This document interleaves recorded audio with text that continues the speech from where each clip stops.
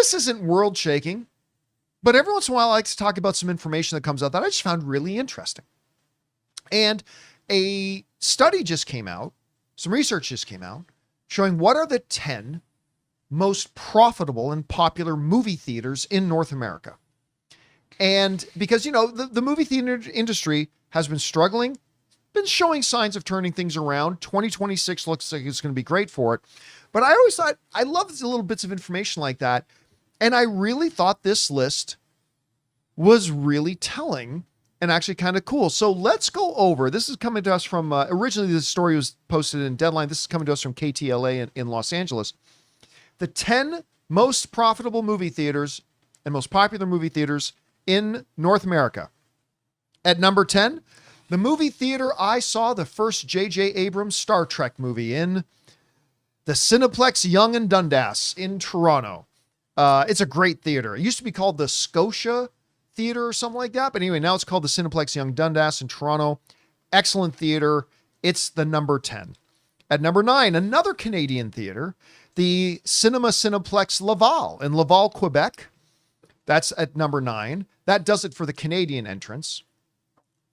At number 8, a theater you and I went to go see Aquaman in for the first time. The AMC Universal City Walk, which has a real IMAX theater. One of the very few legitimate large 70 millimeter IMAX screens. We've seen lots of movies there. It's a great movie theater. There, 3D. Good to see it up there on the list. At number 7, Rob, a theater you frequent quite often, the Regal Irvine Spectrum in California. Which could double as a dance club. If they let me have a DJ night, I'm telling you, I could bring much more profitability. That whole foyer area, with those screens, wonderful. It's unbelievable. It's Ibiza in Orange County. Yeah, I mean, if it wasn't Irvine or whatever, then you could see Hollywood doing like premieres there and 100%. Oh yeah, if it wasn't like it's a good 30, 40 minutes outside of LA. Yeah. So it's about 30 minutes from us too, but I do like going to movies. I've got about 4 or 5 films there. It's a really good theater. Far enough for Angelinos to be like, what are we doing out here? The people who run it are smart. Like I saw Friday the 13th 3D on Halloween this past year, and when I went to see it, not only was it in 3D, but they put it in Auditorium 13. Oh yeah, which I was like, somebody was thinking, come on, perfect, so perfect. All right, so that's the number 7.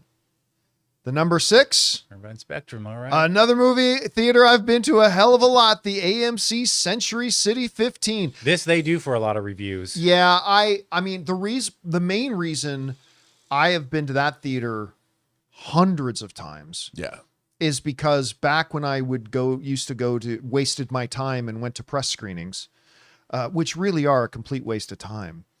I'd say 7 out of 10, 6 out of 10 press screenings in LA would be done at the AMC Century City 15. Some of them would be at the Grove.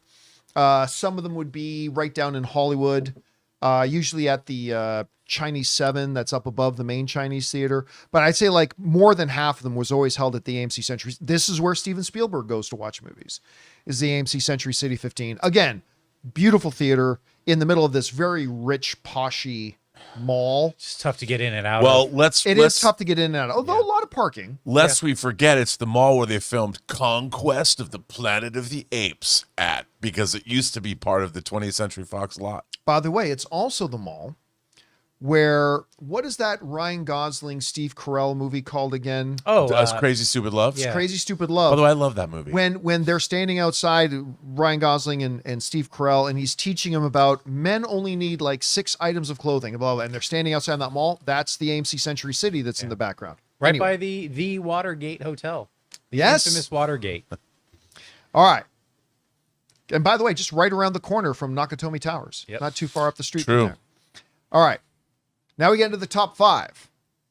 The number 5, the AMC Grove 14. By the way, forgive me, I'm not American. LA is Louisiana? No, that's the Grove is Oh no, this is in Los Angeles. Yeah. It's weird that they're saying LA though, because everything else is by state. Yeah, everything else says by state. So maybe there's a Grove in Louisiana as well.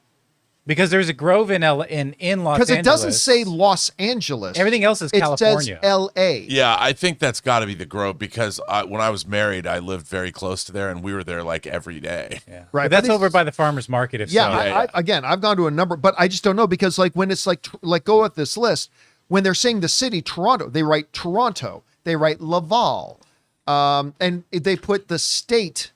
Well, they do say Although they Toronto. didn't do it for Century City. And they do say it's AMC Century City. Oh, yeah, they didn't do that. Okay, so let's assume it's Los Angeles. All right. Yeah. Poorly done on their Yeah. part, but that would make sense. I don't know why one in Louisiana, although I'm sure they have wonderful movie theaters there, or just be on this list. All right. At number 4, I just did a movie meetup at this movie theater. We did our movie meetup in Orlando at the AMC Disney Springs 24. I was just there. Great Yeah. time. I've yet to do a dine-in from AMC. How does it compare to iPick, the dine-in? iPick's a little bit better, but you know, AMC dine-ins, there's one about 40 minutes from here that it was my first dine-in theater experience.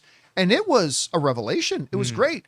Because, you know, it was before I did that, I always had this picture of, man, pressing a button so like basically wait staff comes to you, that's going to be really distracting. They in are a movie. ninjas. They are ninjas. Sometimes they scare me. I'm like, jeez. Yeah, I'm like, what? Like they sulk into the theater. Like they come to you and you're like, you don't even noticing them coming. Yeah. They are really good at their job. So at number 4, again, and a big hello to everybody in Florida who came out to our movie meetup there a couple of months ago, the AMC Dine-In Disney Springs 24 in Orlando, Florida. All right, now we get into the top 3. At number 3, AMC Empire 25. This is a really weird theater because it's like 7 stories. I'm not sure it's 7 stories, but it's like everything in New York. It's vertical. And I remember when I was working for AMC, and for a time we had a New York correspondent because sometimes press junkets and stuff like that would be in New York, and Right. I don't like going to New York. So it's like, well, what if we hire somebody in New York? And so I flew down to New York, and they gave us an entire floor at this theater to conduct interviews for a couple of days. And it's really impressive. I mean, it's aging, but just the way it's structured, I've never been in a movie theater like that, but it's right in down there near Times Square. So AMC Empire 25, New York City at number 3. At number 2, also New York City, AMC Lincoln Square, New York City. I've never been to this one. I think I might have seen at Lincoln Square Days of Future Past. I think so. Really? Yeah. You were out there for that? Mm-hmm. Yeah. So I hear about this theater all the time. Never been there. By the way, let me point out that in the 10, out of the 9 we've done so far, 1, 2, 3, 4, 5, 6 of them are AMCs, and all 6 through number 2 are AMCs. Which brings us to now the number 1. My home theater. Yep. Old Stomping Grounds, the AMC Burbank. By the way, again, another typo. It is not the AMC Burbank 30. It's the AMC Burbank 16. And there's 2 other satellites. Yeah, they're satellite ones, but the Yeah. AMC Burbank 16, where we also just did a movie meetup, that of course is where I set up AMC Movie News's original studio in the little converted storage closet there. So yeah, so look all the way number 1 through 6, AMC Burbank, AMC Lincoln Square, AMC Empire, AMC Dine-In Theater, AMC Grove, AMC Century City. Only 1 Regal theater on this list. Yeah. But a great one, Regal Irvine, 2 Canadian ones, both Cineplex, of course, because almost every theater in Canada is a Cineplex. And that's it. Regal, Cineplex, and AMC are the ones on there. So, guys, we want to take a second to thank a sponsor of today's video, BetterHelp. You know, the new year doesn't require a new you, maybe just a less burdened you. Most of us carry around things like pressure, self-doubt, or that feeling that we always have to be perfect, and learning to let some of that go can make a huge difference in our lives. Therapy can help you better understand what's weighing you down by giving you an unbiased perspective on your relationships, motivations, and emotions. That's where BetterHelp comes in. See, BetterHelp connects you with quality therapists who are fully licensed in the US and follow a strict professional code of conduct. not. They also do the matching work for you. You fill out a short questionnaire, and with over 12 years of experience and industry-leading match rates, they usually get it right the first time. And if you ever want to switch therapists, you can do that easily from their tailored recommendations. BetterHelp is also one of the world's largest online therapy platforms, plus an average 4.9 out of 5 rating from over 1.7 million live session reviews. BetterHelp makes it easy to match online with a qualified therapist. Sign up and get 10% off at betterhelp.com/Campea. That's BETTERHELP.com/Campea. You got a favorite one out of these? Well, I love them all. I mean, I in terms of like the theater in New York, the second theater in New York, that's where we had Tango Shalom open. Really? Yeah, and that's why we were in deadline, because we were the #1 specialty opening but I like them all. You know what's really interesting about virtually every one of the LA theaters? They're all destination places where people can walk around. Yes. So very key.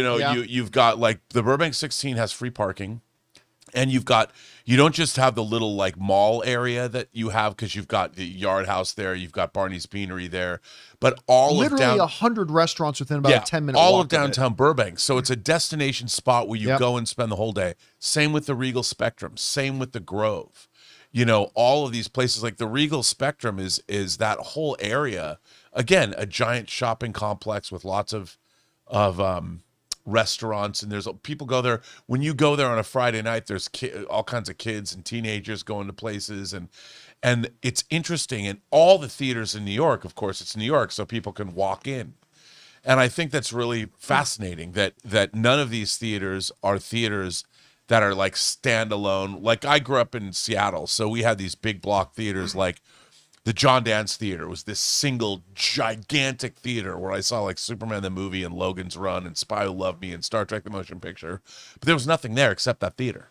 Like you would drive and you'd have to go to that theater. Now there was Bellevue, which had the mall and stuff, but not where you could walk, but it was blocks away.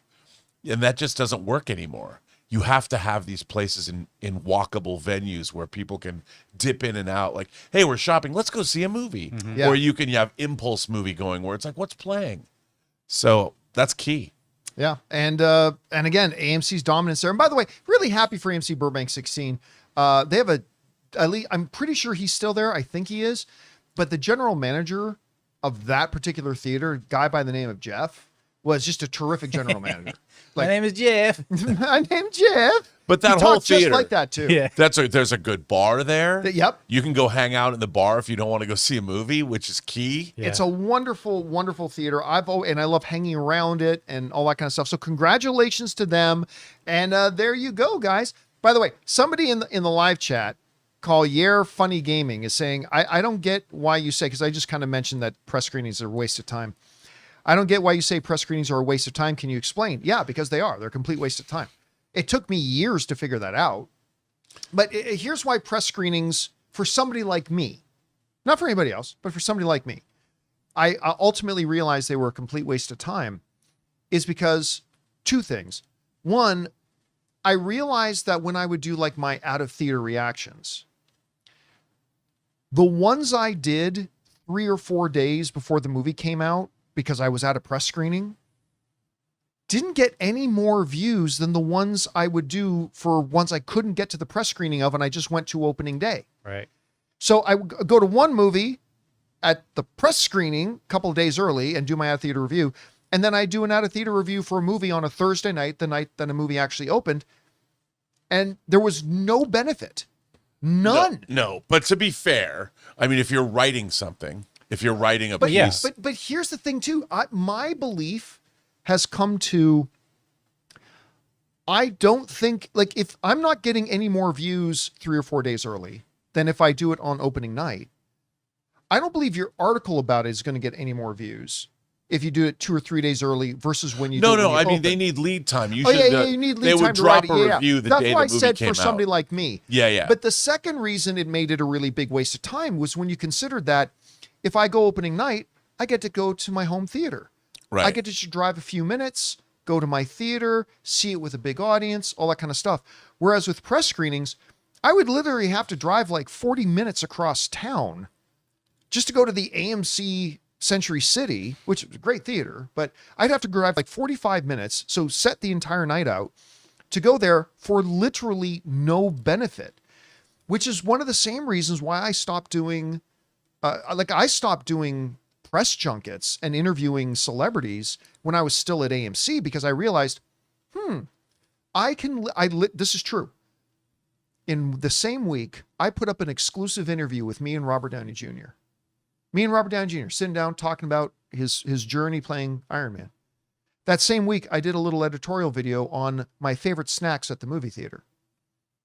Guess which one got 5 times more views? The one is just me talking about my favorite snacks at the movie theater. Because the audience relates to that, but they're never going to meet Robert Downey Jr. Nobody cares about celebrity interviews. When it comes to that, you got to be the bigs. You know, if you're Entertainment Week, Entertainment Tonight, or whatever, like the bigs, that's where people tune in for those kind of interviews. The only time, and this is where the guys who did Hot Ones and Access sneaker Hollywood. shopping and stuff like that got it right. The only time, and I know we've gone way off on a tangent here. Sorry about that, guys. I'll just finish my thought. The only time anybody cares about celebrity interviews is when they're being done in interesting scenarios, i.e. Hot Ones. Hot Ones is awesome. I love watching Hot because Ones. people want to engaging. know It's who entertaining. celebrities are as people. Yeah. When you're interviewing them at a press junket, they're telling you, let me tell you about my character. Nobody cares.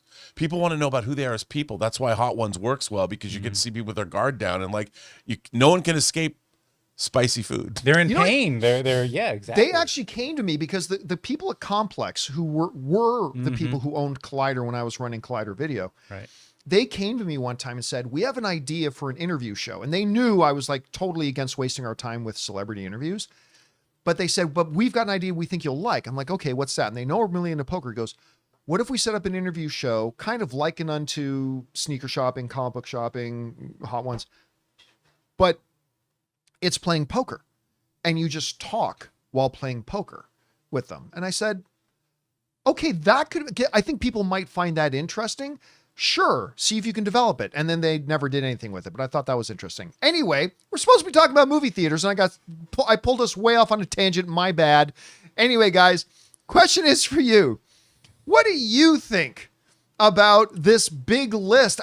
Rob is great to point out the fact that a lot of these are like right in the middle of big shopping areas, which I think is key. Nice to see a couple of Canadian ones on there. Are any of these your local and favorite movie theater? Whatever you guys think, jump down to the comments below and let us know your thoughts. Hey guys, thanks so much for watching this video. Make sure you like the video, leave a comment, and subscribe to our channel. And don't forget, we have a daily podcast called the John Campea Show podcast, available on Apple Podcasts, Spotify, or your favorite podcasting app of choice. Go and subscribe to it today so it'll be there when you need it.